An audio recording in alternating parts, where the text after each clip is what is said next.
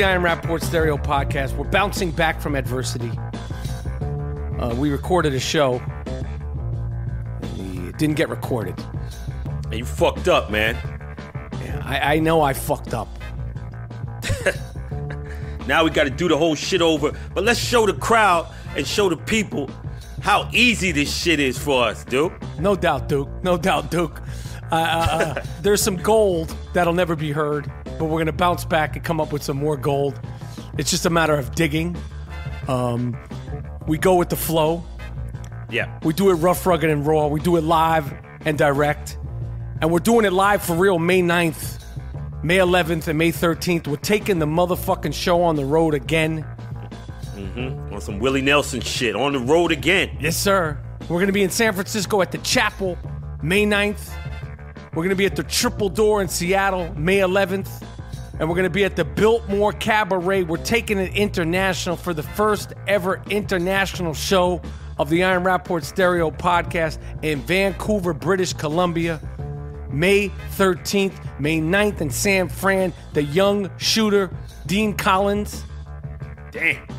He'll be there in the show. He's going to be sort of roaming around with the microphone. And if he gets out of line, G, I'm telling you right now, I told him, I said, if you irritate me, you start any trouble, you do any bullshit or shenanigans, I'll fucking toss you. I'll have you tossed from the own show. Because it's going to say the Ian Rapaport Stereo Podcast featuring the Gringo Mandingo, the 2015-2016 podcast co-host of the year, G Moody, special guest, the young shooter. Yes. I don't care if your name is on the marquee. I'll fucking throw you out. Huh? Oh, man. Dean, he'll be all right. Dean will be all right. All tickets are available at www.IamRapaportTour.com. I was told I don't need to say WW anymore. It's IamRapaportTour.com. You notice whenever we're doing drops, I always go WWW. Yeah, you got to get off that old shit. Nobody uses that anymore, Duke. Thank you. I appreciate that. What's going on with you, G Moody? Last name rhymes with duty. The weather here is breaking. It's the best time of the year. Very nice sunshine. The trees are budding. And I was at a Ranger game last night. The Rangers won. They beat the Pittsburgh Penguins. You know, hockey is my thing now. The Rangers are my team. So I want to thank Felicia from the New York Rangers for hooking me up with some tickets. Me and my lady went and saw the game. Athletes are great. They're skating and they're running on the ice. It's amazing to see. And afterwards, I stood by where they come out, and these guys were suited and booted. They were dressed like respectable young men. It wasn't obscene. The goalie didn't have his stomach out wearing a midriff. It's my type of sport, and I like it. And want to thank the New York Rangers, man. I'm with it. I noticed you had how the fuck did you get on the ice? You had a picture on the Madison Square Garden ice. What kind of hookups you got? Oh, I got some good hookups, man. Like I said, I want to thank Felicia for making that possible. She works for the New York Rangers, and I was on the ice, kid. I got hookup now, man. Okay. That's what's up.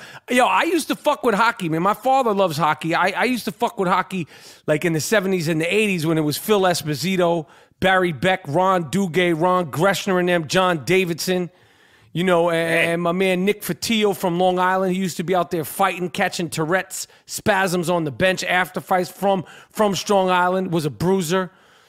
Wow. The Vidal Sassoon commercials with my man Ron Duguay. Yeah. Yeah, man. You remember when the Rangers played the Boston Bruins and the Bruins ran into the audience and started beating people up with their shoes? You remember that shit? Yeah.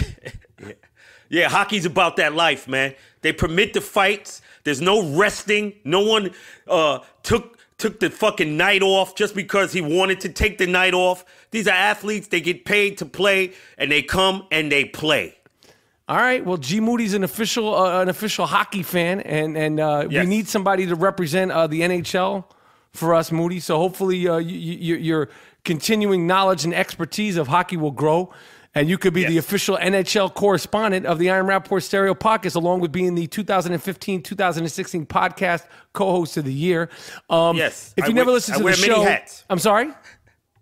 I wear many hats, my friend. Oh, no doubt. If you never listened to the show, this is the Iron Rapaport Stereo Podcast. We don't fact check anything. Correct me if need be. If you try to wave it back in my face, I say fuck you. I tell you we don't fact check. So if you're like, oh, well, you said this, you didn't say that. A couple of people corrected me on something with the Dean Collins episode last week where they said Dean Collins is right. Maybe he's right. Maybe he's not right. I don't fact check. G Moody doesn't fact check. This is a non-fact checking podcast. I want to tell you a little story because a couple of weeks ago, the great Chuck Berry passed. And one thing you said stuck out with me is that you said we need to start celebrating the artists while they're alive. Yeah. Any guys in any field that are iconic and they're kind of up in age, we need to shout them out and show them we appreciate their art, not when they're fucking in their caskets. Then everybody's like, oh, he's so great. No, he's great when he's alive, motherfucker. I agree. And I had the coincidence of being at the Clippers game last week, a couple of days ago, with Jordan Winter and Miles Davis, Miles Smiles, the two producers of the Iron Rapaport Stereo Podcast. We were putting the final touches on a little long-form commercial that we did with MeUndies and the LA Clippers. It's going to be dropping momentarily. It's nice, funny little thing. We had Chuck the Condor from the LA Clippers. It's funny. So we were down there and we were interviewing Austin Rivers. Dope-ass podcast. If you're not an Austin Rivers fan, you're not an NBA fan, still listen to the Austin Rivers interview. It's dope. It's funny. It's back and forth. His father, Doc, was on the Iron Rapaport Stereo Podcast. He killed it. And Austin is dope, too. And it was really, really, really funny. And what a good kid. I couldn't believe just how nice he was. 5-year grizzled NBA veteran at 24. Man. But as we were going into the game, we went to the season ticket club because the Clippers hook us up like that. And I walk in and I notice Elgin Baylor, who is obviously a Los Angeles Laker legend, but he was with the Clippers during the whole, what was the owner's name? Donald Sterling, a.k.a. Donald Takowitz. Yes. What's his name? Donald Kokowitz? Yeah, that's his real name. That's his real name? Takowitz, yes. He changed it. Oh, you fucking self-hating Jew cocksucker. You, fuck you. Yeah. Some of my people, they're ashamed of themselves. He changed his name. I didn't even know that. That's the fucking icing on the cake. What a fuck. Yeah. His last name was Kokowitz. You know what? I got to say, that's a lot of baggage. Kokowitz? What kind of fucking last name is that? That's a fucked up last name. Yeah, Takowitz. Kokowitz. It's so Jewish and so wrong on so many levels. Your last name's Kokowitz? He must have been brutalized as a kid. Poor fucking prick. Anyway, as we walk into the club, I see Elgin Baylor. He's sitting across with another gentleman, and there's two ladies. They are obviously on a double date. I walk past Elgin Baylor. I'm like, oh, shit, Elgin Baylor. And then I look back to who he's with. He's with the great Bill Whithers. Singer Bill Whithers. If you do not know who Bill Whithers is by name, you know him by music. Lean on Me, Lovely Day, Use Me, Just the Two of Us, Grandma's Hand, all that stuff. And I'm like, oh, shit. This is like the double date of all double dates. Like, these are two cool older dudes. They're out with their wives. They're chilling. They're laughing. They even did something that I seem to be the only one who likes to do, which is get up and stretch during the meal. Although Elgin Baylor's 83, and I don't know how old Bill is, but he's got to be up there. I think everybody should get up and stretch during meals. I do it all the time. People look at me like I'm fucking nuts. So I sit down with Miles Davis and Jordan Winter. I'm like, oh, shit, there's Bill Whithers. There's Elgin Baylor. And I'm bugging. I'm like, yo, I can't believe that. I'm bugging off of Bill Whithers. I don't blame you. I'm tripping. Go ahead. I said, I don't blame you, man. That guy's fantastic. Yo, he's incredible, man. Yeah. So I'm like, I don't really bug out off of people. I live in LA. I met a lot of people, but I was like, oh, shit, there's Bill Whithers. And I know he's older. He's in good shape. I could hear his voice, the timbre of his voice. He still has that nice baritone, deep voice. And I'm looking over at him, and like, you know, his wife was looking at me, and like maybe they recognize me, maybe I don't know what the fuck. So finally I'm like, Miles, you know, like sneak a picture, something. Like I got to get a picture with Bill Whithers. I didn't know if you know, he's an older dude. He could be in a bad mood. He could have like, you know, the gout could be bothering him. Anything could go wrong. But I'm like, I got to get a picture with Bill Whithers and Elgin Baylor. He gets up. He starts heading to the bathroom. He's making eye contact with me. I sort of cut him off, and I go, Mr. Whithers, I'm such a big fan of yours. I've been a fan of yours my whole life, and I just, it's such a pleasure to meet you. And he goes, I know who you are, Michael Rapaport. You're a really good actor, young man. And I'm like, my face dropped. And he's like, and I like, I literally almost started crying. Like I was like, I couldn't believe the shit. Right. And he was so nice to me, and I was just like, yo, your music got me through so many dark times, and always puts a smile on my face. And I just, you know, I hugged him, and then he said, you want to meet Elgin? He walked me over to Elgin, and he was holding my arm like an older person would do. Not that he needed help, because he was in good shape, but he was just like real sort of nice to me, and like, you know, really like affectionate. Right. And he brings me over to Elgin Baylor, and Elgin stands up. Elgin's like 6'7". He looks smooth. He's in shape. Looks like a basketball player with bad hips. He's walking around. He's 83, but he got that walk like a ball player. Like I'm talking to them.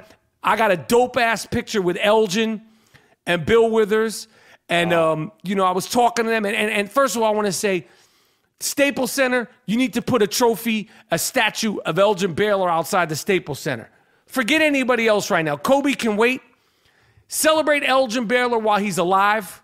You got Shaq out there, deserving, Kareem, Magic, Wayne Gretzky, Oscar De La Hoya, who I've always liked. I have no idea why the fuck he has a statue outside of Staples Center. His best fights weren't at the Staples Center. I know he's LA born and bred, but put it in his hood.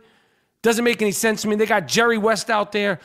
Put Elgin Baylor out there while he could see it while he's alive. He's 83 years old, and I just wanted to share that. It was a pleasure meeting them. I got a dope picture with them, and I bugged out that Bill Whithers, they was so nice, man. He knew who I was. I met his wife. I met Elgin's wife, and it was just a nice experience. Yeah, man. Yeah, Bill Whithers. The songs "Lean on Me," "Just the Two of Us," "Lovely Day," "Ain't No Sunshine." The list goes on and on. This is a real musician. This is a great songwriter. This is not one of your packaged clowns that they present to people today. This is an actual artist. And my family, my pops, always had his music in the car when we would be driving, when he would be driving. So, yo, Bill Whithers is that dude. Word. And Elgin Baylor is that dude. So it was a really, really pleasure. I know we break balls of some of the older players, but when I was in front of Elgin Baylor, you could feel the history. You could feel the impact of what he did, and they were just cool, man. If you never saw the movie Soul Power, it was from the same director, the same footage that was used in the movie When We Were Kings, the documentary on Ali and Foreman when they fought in Zaire. Watch Soul Power. James Brown is in it. Bill Whithers is in it, and it's all the concerts they performed in Zaire. And Bill Whithers, his performance is in there. He kills it. He's on stage, chest naked, in the sweltering Zaire heat. Don King is in it. It's great. Ali's in it. You can rent it on iTunes I think it's on iTunes. Soul Power, and rewatch When We Were Kings with Ali. It's a great, great, great package, a great night. And Soul Power is a great movie. And just, yo, if you never heard Bill Whithers' name, you've heard his music. He's all around us every day. It's just beautiful. And so that was a nice little moment. What else is going on, man? The NBA playoffs are coming up. The pageantry and the campaigning for the MVP. Yeah. Sucker shit, man. Well, what do you think? Who's the MVP, G Moody? Russell Westbrook. He had one of the greatest seasons in history, probably the greatest individual season, right? In the modern time. But you ain't winning the championship. So this MVP award is taking too much shine.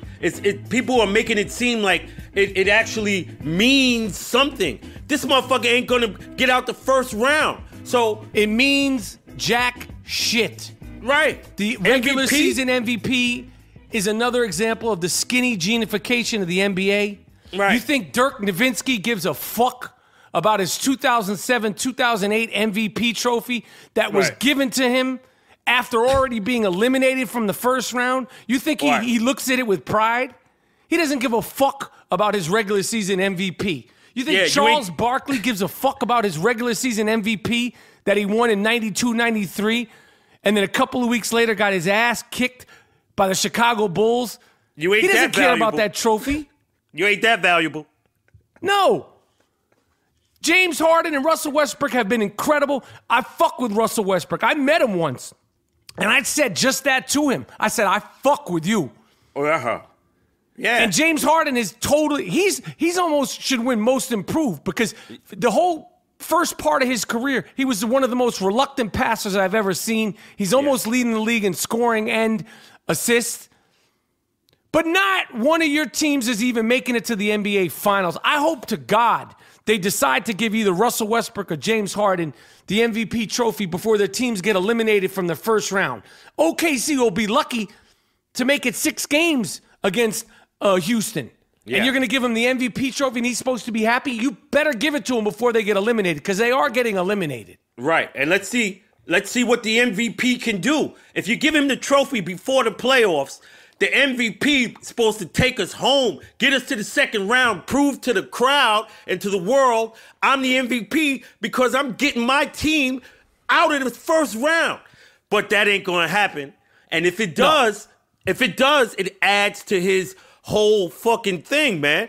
But, yo, that MVP it's too much emphasis on that, man. Yo, it's a championship. It's the finals MVP. That's the motherfucker that means something. That really, exactly. Even if that means more because you got to the finals and you're the baddest motherfucker in the finals. So Andre Iguodala, he won the finals MVP and people act like it's no big deal. That's the shit that counts. That's the shit that means something. Yeah. He played the best during the 2015 finals, helped his team win. He won the MVP of the finals. You think Steph Curry gives a shit about his MVP last year? He won every single vote, across unanimous decision MVP, and then they lost in the finals. You think he gives a shit about that trophy? He doesn't give a fuck about that trophy. Hell no. The skinny genification of the NBA. Yes. Making a big deal out of these MVPs. Another example of skinny genification, G. The Brooklyn Nets upset the Chicago Bulls for their final home game. And then after the game, for some ridiculous reason, they had some jersey giving away ceremony. All the players on the Nets took their jerseys off. And then 12 fucking weirdos, they looked like they literally crawled out of their mother's basement. I swear to God, they looked fucking nuts. And you gotta be nuts. Why would you even want a Brooklyn Net jersey for the 2016-2017 season? Right. All the players from the Nets took their shirts off, and there was a jersey exchange ceremony. They gave their jerseys off their backs, literally. I don't know if they were trying to show, we'll give the shirt off our back. And they gave it to the fans. Let me ask you something, G. I wouldn't wipe my ass with a sweaty Brook Lopez jersey. What the fuck would you do with a sweaty Brook Lopez jersey? I'd throw the fucking jersey back in his face, and I would tell the brass, the executives, listen, you put one of the worst products on the NBA floor for the year, so it would behoove you to give the fans that you selected to get the fucking bullshit jersey. You should ask them, we want to give you your money back. How many games did you come to? That's a show of love. That's how the customer is always right. So you give money back to the customer. Fuck your jersey. What this is a memento? I'm gonna hang this up in my closet as this is the worst season the Brooklyn Nets ever had. And here's the jersey. Fuck your jersey, man. You represent. What the fuck would I wouldn't wash my car with a sweaty Quincy Acey jersey. What the fuck are you gonna do? And when they give it to you right there after the game, it's sweaty. These are growing. And they don't put it in like a baggie, like a shit bag. They just hand it to them. There's just so many things wrong with that. Whose idea was that? Like to show the fans, we'll give you our shirt off your back? Fuck the shirt off your back. I spent $30,000 on these season tickets. Take your fucking jersey and stuff it up your fucking ass. I wasted 30 fucking grand on season tickets, Jeremy Lin. Cut that fucking man bun. I didn't come here to see a fucking fashion show. I came here to see a fucking basketball team. Yo, think of the arrogance of that. Winning teams, the San Antonio Spurs, the Golden State Warriors, they never gave their fans their jersey, but it would be a great campaign if they did it because they're winners. And you'd be like, wow, that's dope. The losingest team in the league told their fans, take our jerseys. Yo, the guy should be fucking fired who had the audacity to come up with that fucking campaign. We don't want your jersey. We want our money back, motherfucker. There's a court date set for Charles Oakley. The Charles Oakley incident that'll go down in infamy, that inspired the King of New York Buttersoft I Am Rapaport Stereo podcast t-shirt, which is available at districtlines.com/I Am Rapaport. All Buttersoft t-shirts, including the King of New York Buttersoft Oakley t-shirt, which is a bestseller, is available there. Plus, we got a sale on other t-shirts. But that's not the point. The point is that this incident is actually going to court. Wow. James Dolan, do yourself a favor. I know you know people in high places. You own the Garden. You own the Knicks. Figure it out. You know how bad it'll look if Charles Oakley has to show up in court. I don't give a fuck that it's not your problem. I don't give a fuck about any of that. Figure it out. Do not let Charles Oakley show up in court. Things will just get fucking worse. Do not, under any circumstances, Dolan, get a brown paper bag, get an envelope, fill it with some money, and make this whole fucking thing go away. Yeah, man. Why would you waste the court's precious time with this foolishness, man? You still, I can't believe that this is still on the fucking docket. Get rid of it. Figure it out, James Dolan. You're a powerful dude. You know how to make things go away. Make this shit go away. Do not, for the sake of the Knicks, for your own sake, for the sake of the fans, for the sake of the players, for the sake of Earl the Pearl Monroe and the spirit of the great Dave DeBusschere and Willis Reed and every single body else that came through, Glenn Gondrzik, Ray Williams, Bernard King, do not let Charles Oakley show up in court for that bullshit that happened. Word. And yo, we want to talk to the fans now. Me and you used to go to the games in 85, 86 when Mike Jordan came to the game. If you remember, the Garden was empty. The fans, the Knicks, the product on the floor was so terrible, we would be able to go down to the floor and watch the games because the fans didn't come. I think that we have to revisit that and say, yo, we can't, what are you going to the game for? You should go watch motherfuckers in the park because it's the same level of play. So why are you going to the game? These guys getting blown out. These guys ain't shit. So why am I going to spend my money to see this? You can see shit like that at the park. So that's when you give them only the message. Go to spend your money on Hamilton. Go to see a Broadway play. The only way things are going to get fixed is if people don't show up. The fans are so loyal. They're so passionate in New York. We love basketball so much in New York. We sit there and watch this nonsense year after year after year after year. Right. Fuck that. You're right. That's insanity. Doing the same thing, expecting you go to the game. They go to the games every year. You expect the playoffs? Y'all motherfuckers is insane. You doing the same shit expecting a different outcome. You're not going to no playoffs. You're not never going nowhere. Yo, why are you there? Now, it ain't Dolan. It ain't Dolan. It's you. You are crazy for going to the game. Good diagnosis, G Moody. Yeah. He's been there. Yo, they've been like this for the last 15 years. So it's not Dolan. It's the fans that are going through that turnstile spending their money. You're crazy. I love my Blue Apron meals. I'm back to cooking at home. I'm making great meals that are saving me money, time, and they are delicious. Blue Apron meals have variety. You can choose from a variety of new recipes each week, or let Blue Apron's culinary team surprise you. But whatever they send, it's going to be fantastic. Recipes are not repeated within a year, so you're never going to get bored. Each meal comes with a step-by-step, easy-to-follow recipe card and pre-portioned ingredients that can be prepared in 40 minutes or less. I'm doing it, so I'm sure anybody could do it because I'm not a chef, but Blue Apron has me feeling like Chef Rapaport. Blue Apron's freshness guarantee promises that every ingredient in your delivery arrives ready to cook, or they will make it right. Blue Apron can be delivered to 99% of the continental U.S. For those of you who spend a lot at restaurants or high-end grocery chains, you can now spend under $10 per person for a delicious meal at home at BlueApron.com.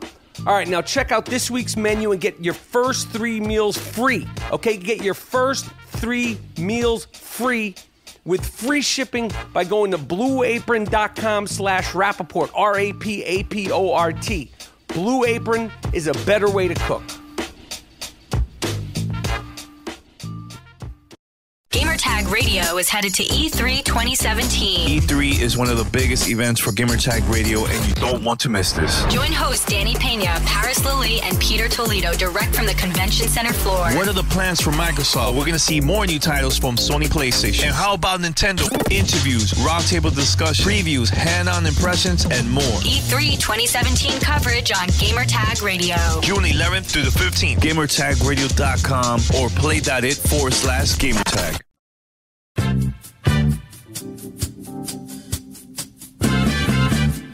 Yo, Michael Irvin is bugging.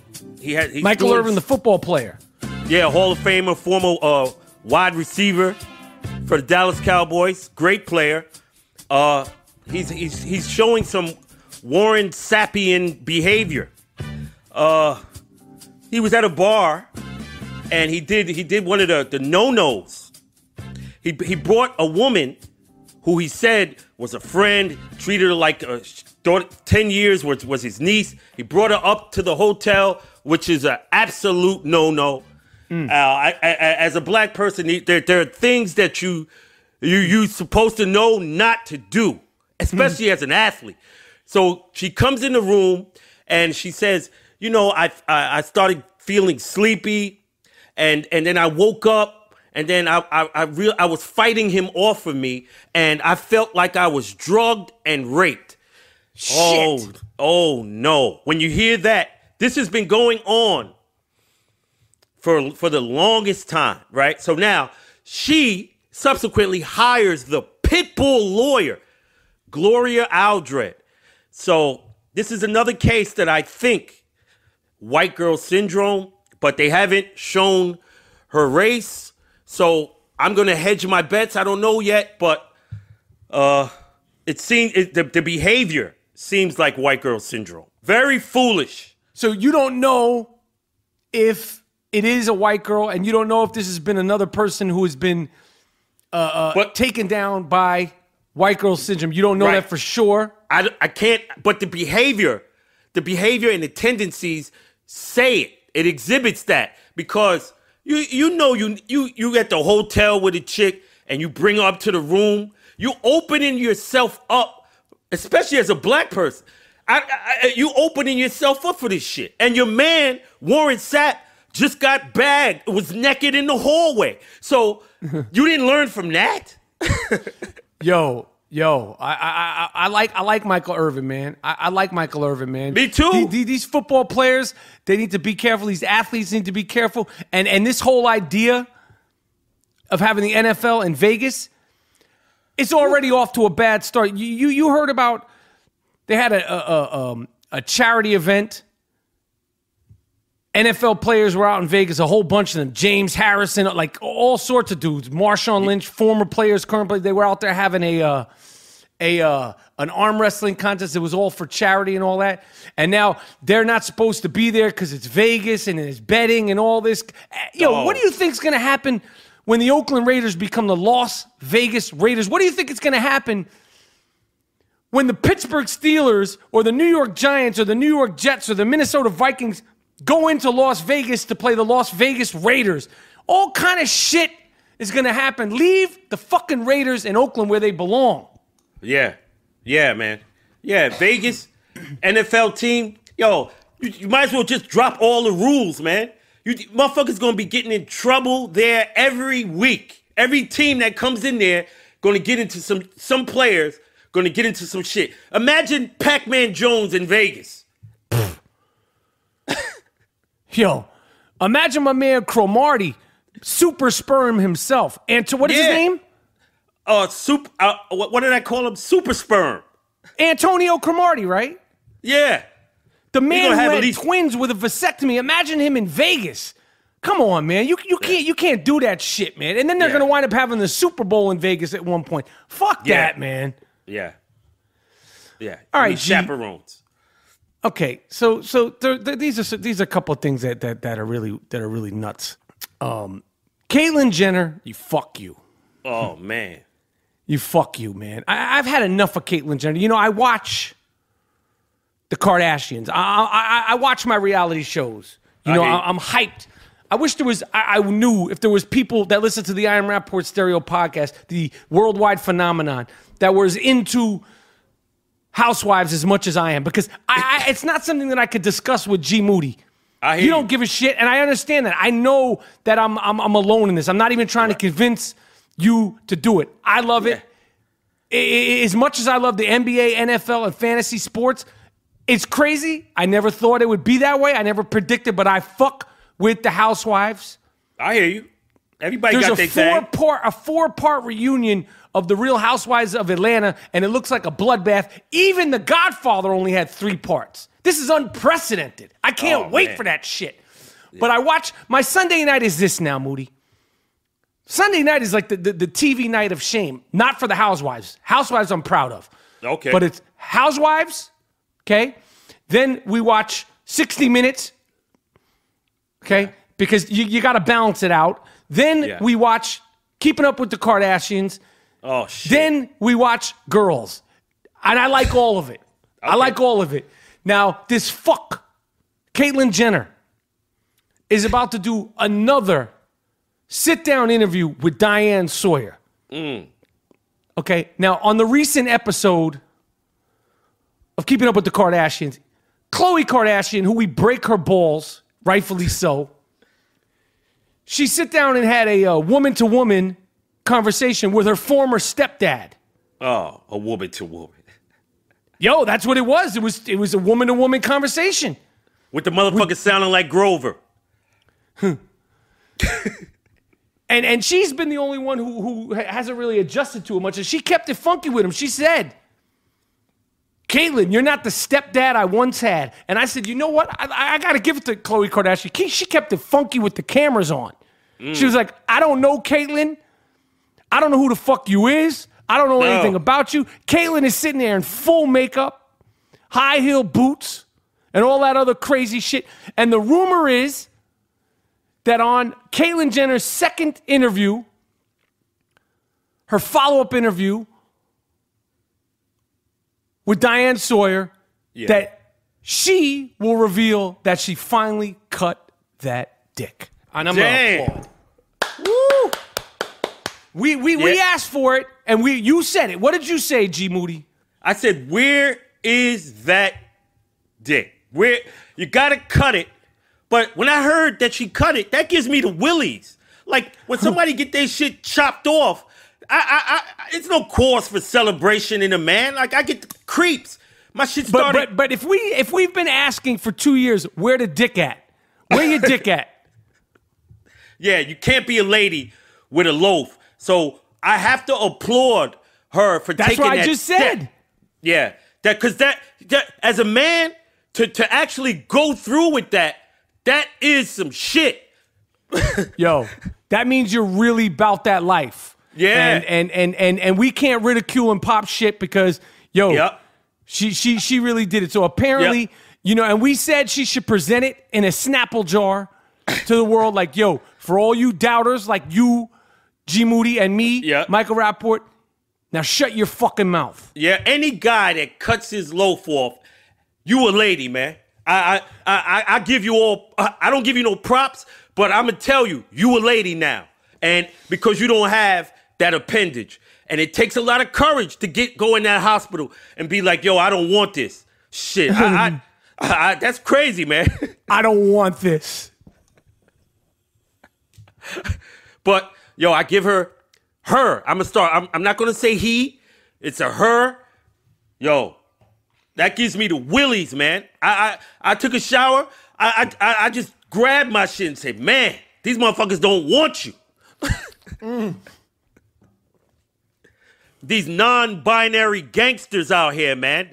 Gorilla ring TV. Gorilla ring the Oscars. Gorilla ring the Emmys. Yo. Non-binary gangsters. Yo, what does non-binary mean? What does that even mean? Do you know what that means? I never heard that term until like the last year or two. What does that mean? It means 10 minutes from now, you could feel like a woman. And then 30 minutes from now, you could say, yo, I feel like a man. So you're not beholden to any gender. You could be flipping shit. It's like a remix. It's like a Pete Rock remix. Like, yo, today I'm a man. And then you see the same motherfucker 15 minutes later at the store. Yo, I'm a lady now. Yo, and let me tell you something. Let me tell you something, man. People need to cut the bullshit. Yo, you are a black man, okay? Hell yeah. I am a white man. My mother is a white woman. Yeah. We're different. We're not the same. Yes. Okay? People are not the same. Yes. This is how the creator created it. Nah, yeah, that's how they fucking created it. And, you know, I read this story about this actress. Yeah. Asia Kate Dillon. Yeah, gangster. Up-and-coming actress. And she's saying she's non-binary. And the whole thing happened because she said that she doesn't, they were asking her about submitting for the Emmy Awards. And, you know, the Emmy Awards are Best Actor in a show, Best Female in a show. And the MTV Awards are now saying they're not doing that. Everything's together. Yeah. Well, you know when I saw this tweet? Because this is something that has nothing to do with this. But, you know, there's texting and driving, which is no good, right? Yep. And men will attest to this. When you go into a bathroom at a urinal, motherfuckers are texting and pissing, right? Yes. That's true. Now when you go into a bathroom, motherfuckers pissing with one hand, looking at their phone with the other hand. And I saw this. I know bullshit. I saw this story about this actress or actor. I don't know what the fuck to call it. Now if I say actor or actress, I'm the bad guy. Yeah, you can't say it. Well, I was taking a piss, okay? Texting and pissing at the urinal. And you know what I thought to myself? Okay, well then just get rid of the urinals, okay? Because women, you can't pee standing up. You're going to miss the fucking bowl. You can't pee over a urinal. That's why in the men's room, there's a urinal. And there's nothing wrong with that. There's nothing fucking wrong with that. I have a loaf. I unfold the loaf. I take a piss. Okay? Right. The women, they have a vagina. Okay? We got to go bring it back to the first grade. It's like health class. You sit down on the toilet, you put your vagina on the toilet, and you take a piss. Right. I'm in the bathroom. Unfold the loaf at a urinal. I could piss. If I piss at a toilet bowl, I have to raise the toilet seat. Why? Because there's potential that I might piss on the toilet bowl seat. We're not the same. You can't just say one day you're a guy, one day you're a girl, and this is how you feel like it. And what would happen if I needed to submit my work for an Emmy and I was like, oh, I want to be in the female category? They're gonna laugh me out of the fucking. They're not gonna be like, oh, Rapaport thinks he's fucking funny. No, I don't think I'm funny. Yeah. No, I don't think I'm funny. That's how I feel. I'm trying out for the WNBA. I wish a motherfucker would tell me, oh, what you doing? No, I feel like a lady, and I'm going to be the baddest bitch in the WNBA. Yo, listen, they should stop having divisions. Forget the WNBA. The NBA should be like, yo, just get rid of the WNBA. Because this is what you're doing if you're playing around with that. There's no need for the WNBA. Right. Okay, there's no need for urinals. Women, we're not having the toilet bowl seat. So when you piss, you fall in the fucking seat. Yeah. Men, you're not pissing in the urinal no more. Takes up more space. Right. Forget women's MMA, UFC. Forget that shit. Forget women's boxing. We're all together. We're all the same, right? You don't identify as one. You're going to go compete against Denzel for Best Actor awards? Get the fuck out of here, man. Yeah. Yo, and everybody's scared to do it because there might be a protest. And these actors, they're all politically correct. They're like, oh, well, it's for everybody, and I think it's great. Cut the shit, man. Yeah, cut that shit, When I go into the bathroom and I go to the urinal and I unfold this loaf, that's not what a woman does, and that's fantastic. That's great. Yep. I've been looking to get my racial re-identification surgery for 2 years. People are laughing me out of the doctor's office. And now look at Dozell. No, it ain't Dozell. Her name is Tupac Amari or some shit. This is a fucking mess, man. This is out of control, man. That's what I call them. The non-binary stars. So you could just go on how you're feeling. The MTV Awards, they're not having Best Actor or Best Actress. It's just going to be Best Actor and Best... What do you even call it? Are the actors actresses? No. Or you say best performance in a show? The men are going to win all of them. The men are going to win all of them because just the way the world works, there's better performances, there's better opportunities that are given to the men. So then they'll be like, oh, the women aren't getting enough awards. You're crazy. This is turning into a fucking shit show, man. And everybody's worried about the protest and the hashtag. Fuck your protest. Fuck your hashtag. Stand up. Stand up to these motherfuckers. Let them walk around and protest. Listen, they told Homegirl, the Emmy Academy told her, she said, I don't fit in male or female, so I don't know, what should I do? They said, make your own award, make your own category.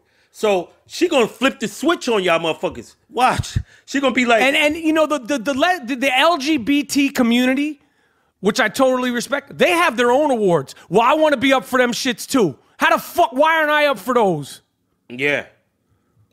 Well, I want to get in one of those. You don't know what I'm doing.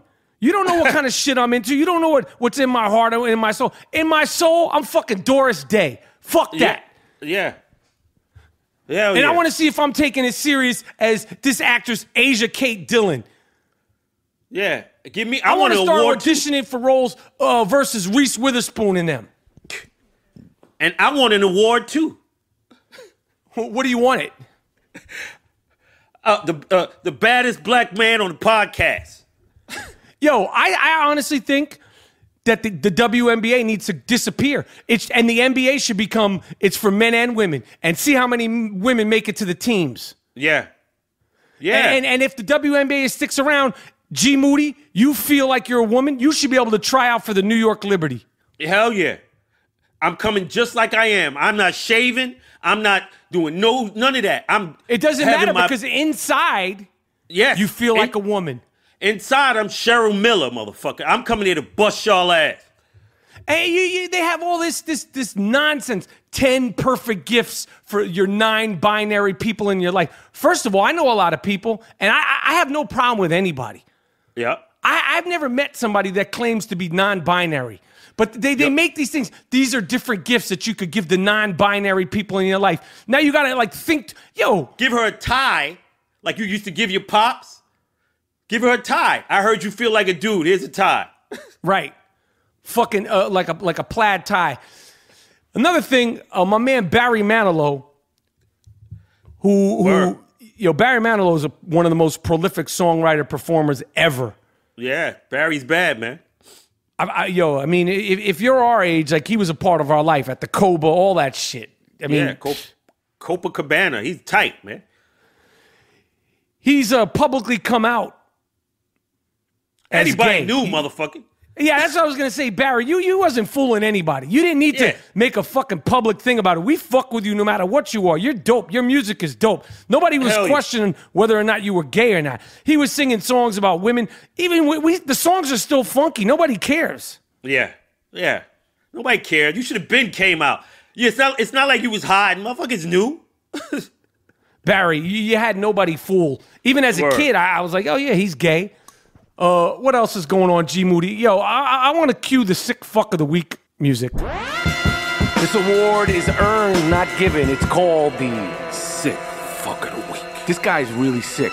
Lock him up. How could you do it? Don't let him out. Damn. You fucked the dog? You what? You fucked the dog? Why would you fuck the dog? Why would you fuck your girlfriend's dog? The sick fuck of the week. It's earned. Earned. Not given. You did. What? No. No. If you never listened to the Aielloing Rapaport Stereo podcast, the sick fuck of the week is an award that is earned, not given. Earned, not given. Given to the person with the special je ne sais quoi. Daycare workers in Jersey are being charged with running a toddler fight club. 2 employees of a daycare center had the little kids. These are little fucking 4-year-olds. They had them straight up fighting each other. Like, instead of taking care of them, they were like making them do arm bars and like beat each other up. Lock these fucking people up, man. Jersey is creeping up to Florida for the sick fucks of the week. Yeah, man. My mom lives in Jersey, and I want to say, Jersey is there's no innocence going on in Jersey. There's a lot of sick fucks out there in New Jersey. How are you going to have a daycare center and have the kids slugging it out to see who gets to take a nap or not? Dirty Jersey, man. The other sick fuck of the week is the owner of a professional hockey team. Oh, word? I can't pronounce his first name. Greasy Santo. Uh-huh. He has Jane the Virgin, you know that TV show, very popular, Emmy Award-winning show. Actress is beautiful, good actress. Can't remember her name off the top of my head. We don't fact check here at the Aielloing Rapaport Stereo podcast. This fucking sicko, he offered the star actress, who's an Emmy Award winner. She won Best Actress in a show, Best Performance by a Woman in a Show, I believe twice. And she deserved to win Best Actress in the show. Imagine her competing against the late, great James Gandolfini for an Emmy. A fucking break. This sicko offered her $1.5 million for yearly and weekly sex romps. This is a sick fuck. Duke. Yeah. You made a spectacle of yourself, Duke, and you're the sick fuck of the week. Yes. I want to give a a remembrance. We talk a lot of shit here at the Aielloing Rapaport Stereo podcast. Yes. But the greatest of all shit talkers passed away, the great Don Rickles. Insanely funny. Created a whole genre of insulting, the insult comic. Obviously, I'm inspired by him. I know G Moody, we watched him laugh as kids. The great Don Rickles passed away. The best shit talker of all time, the best snapper of all time. Best. The best. And so he passed at, I believe it was 90. And he definitely inspired me. And my whole little spiel and little thing I do. And there's a museum of shit. It's a shit museum in Italy. It's dedicated to excrement. All the displays and exhibits in the museum are made of crap. The paintings are made from liquid shit. And burn it down. Burn it the fuck down. So on your way out, on your way out of a museum, you can get souvenirs, not at the gift shop, but the shit shop. Yes. Good one, G Moody. I say burn the building down. I don't care. Now, also, since you was talking about acting, the rumors are getting stronger that Idris Elba will be the next James Bond. And I'm thinking, okay, a black James Bond, you have to factor, this James Bond has to factor in, racism has to be factored into the script. So I'm thinking, the black James Bond, he can't drive. He can't have a car. He can get pulled over. He can be killed, right? And so he would have to have the car with the driverless technology. James Bond can't have a gun. The black James Bond can't have a gun. So it's going to be interesting to see how they deal with the script, because you can't just leave racism out. The black one got to deal with shit. So I want to see that. I hope Idris gets to do it. I've heard that Daniel Craig is back. Which brings us to our final segment of the show, which is a fucking doozy. It's been all over the news. A United Airlines passenger, they were going from Chicago to Louisville. The flight was overbooked. United was asking, everybody's been on flights, they'll say, we're giving away $800 in tickets and vouchers and money to anybody that'll offer up the seat to go back to the flight. We'll give you a hotel and la, la, la. And for some reason, nobody on the flight offered up their seat to go from Chicago to Louisville. I don't know what the fuck anybody would be in such a rush to go to Louisville for. I mean, why would you be like, I'd be like, fuck it, another night in Chicago and some money? Who wants to rush back to Louisville on a Sunday? Yeah. Anyway, then they randomly, the computer picked somebody, and they went up to this guy and they said, whatever his name is, Joe Schmo, you got to go. They're doing it. And he said, no, I'm I don't want to do it. And they said, well, you got to go. Otherwise, the flight can't take off. And he said, no, no, no. And they fucking grabbed him and yanked him off the plane. Now, this is all over the news. Everybody's saying, how could they treat the passengers like that? How could they do that? Money got a little busted lip. He was screaming and yelling and all that. Yo, you can't resist, man. If you're a man and the police are there telling you to do some shit, you better be ready to get your lip busted, man. These motherfuckers tell you to get up. Figure it out off the plane, man. We got to go, man. Motherfuckers got shit to do back in Louisville. I'm not fucking with you, Money. He said, get up. Get your fucking ass up or we're going to drag you the fuck off the plane. Right. As a cop, that's my opportunity to get my punch game on. I'm not going to hit you in your face. I'm going to hit you with some rib shots.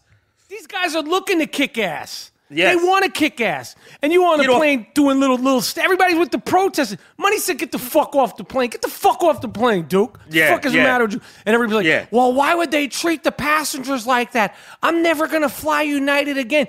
Yo, you're going to fly what the fuck is available. I'm never going to do it. Word, the next time you need to fly from Chicago to Louisville, check how many flights are available that aren't on United. You flying like, I'm protesting United. Well, then you motherfucking better get a bicycle and get on your bike to get to Louisville. Yeah. How would they treat the passengers like that? I'll never get on this airline again. Okay. You'll be on that shit the next time you need a flight. That's you right. You don't just pick the airline. This isn't like Burger King. We're like, oh, fuck McDonald's. I'm going to go to Jack in the Box. You need to go from Chicago to Louisville. One of the only flights is on United. And you little protesters, hashtag fucks, you're going to be on United ASAP, you little fuck you. Yeah. All right, the Iron Rapaport Stereo Podcast is sponsored by Casper Mattress. Casper is an award-winning sleep company, an obsessively engineered mattress at a shockingly fair price. There's over 20,000 reviews online with an average of 4.8 stars for Casper. Casper is quickly becoming the internet's most popular mattress. You could try a Casper mattress for 100 nights risk-free in your home. If you don't love it, they will pick it up and refund you everything. Do you understand what that means? Okay, you need to buy a new mattress, okay? You could sleep on it, live on it, jump on it, have a fucking pillow fight on it, do whatever you want, okay, for 100 nights. If you don't like it, Casper will pick the mattress up and take it away from you for free, okay? It's made in America, great pricing, and a great product. Casper understands the importance of truly sleeping on a mattress before you commit, especially considering you're going to spend 1/3 of your life on it. Go to Casper.com/Rapaport, Rapaport. Use the promo code Rapaport. Get $50 towards any purchase by visiting Casper.com/Rapaport. They have sheets. They have pillows. They have doggy mattresses. They have pool mattresses. I love everything about Casper. Proud sponsor of the Iron Rapaport Stereo Podcast. Go to www.casper.com. Get a new mattress. Sleep like a baby. Sleep like an angel. Okay? Go to Casper.com. You got to hear this before we go. Okay. Bill O'Reilly has a book coming out about family values. And I'm saying Bill O'Reilly having a book about family values is like Vin Baker writing a book about money management. Good one. Good one. What the fuck is he talking about? Pull the plug on that book. Nobody wants to hear, and no one wants to hear any of your family vows. We know how you get down, Duke, and I don't judge you for that. The only reason why people are judging you, Bill O'Reilly, is actually is he beating women? Yeah, he did that, man. Remember we reported this shit. It's in the paper. It's in the dockets. It's in the court in Nassau. They need to get Vin Baker. You're right. Finances with Vin Baker. And these guys, these fucking Donald Trump, Mike Pence, Jeff Sessions, Bill O'Reilly, they're all like racist superheroes. I gave them names, Rap. Oh, give it to me. Check it out.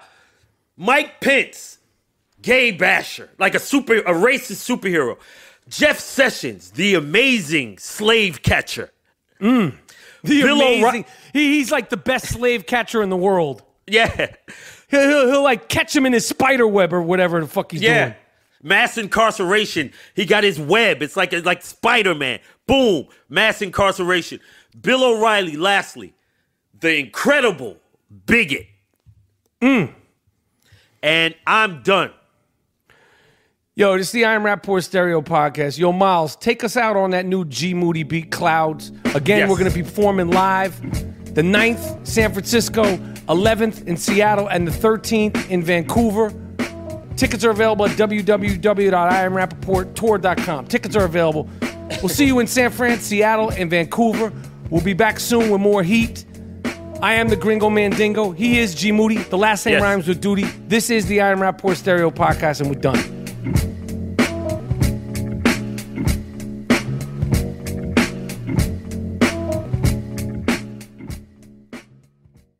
Once upon a time, there was a new crossover that refused to play by the rules. It flipped the script and made all the others look like fools.